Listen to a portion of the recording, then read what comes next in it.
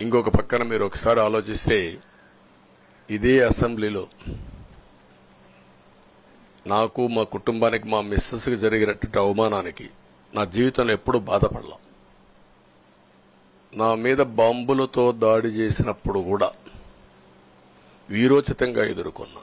2003 September October నాకు ఇప్పటికి కూడా జ్ఞాపకం.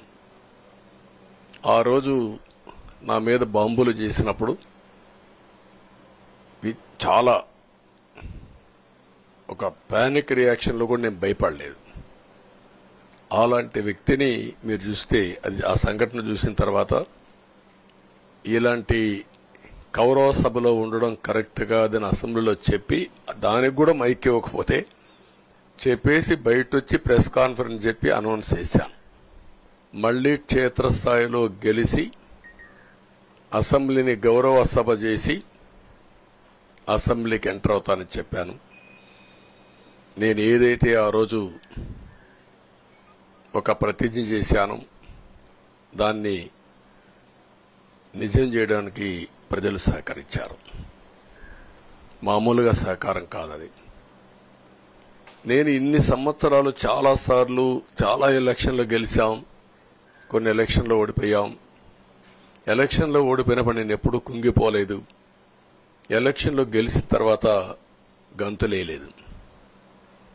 నిబ్బరంగా ఓడిపోయినప్పుడు ఒక బాధ్యత ప్రతిపక్షంలో ఉండి పనిచేయాలి, గెలిపించినప్పుడు ఒక బాధ్యత ప్రజలకు మెరుగైన సేవలు అందించి వాళ్ళని ముందుకు తీసుకుపోవాలని ప్రయత్నం చేశాం. ఎప్పుడూ ప్రజాప్రచారణ ఉన్నాం.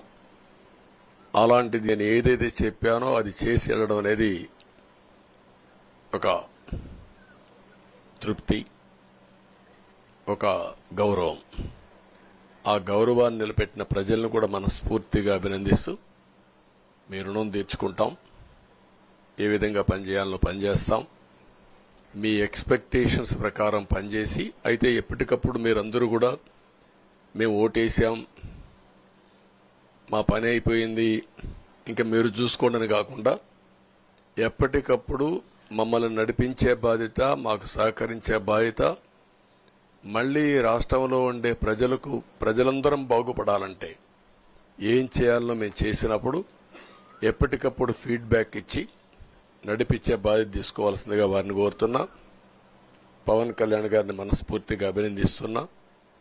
అదే మరి బీజేపీ అగ్రనాయకత్వాన్ని నరేంద్ర మోడీ గారిని, అమిత్ షా గారిని, ఇక్కడికి వచ్చిన అబ్జర్వర్స్ ని, ఇక్కడుండే పార్టీ అధ్యక్షురాలైనటువంటి పురంధేశ్వరి గారిని మనస్ఫూర్తిగా అభినందిస్తున్నా. వీళ్ళందరూ కూడా ఏదైతే ఒక స్ఫూర్తిని తీసుకున్నామో ఆ స్ఫూర్తితో టోటల్ గా ప్రతి ఒక్క కార్యకర్త సిన్సియర్ గా పనిచేయడానికి ఏ అభ్యర్థి ఉన్నా తమ అభ్యర్థిగా పాటించి బ్రహ్మాండంగా పనిచేశారు.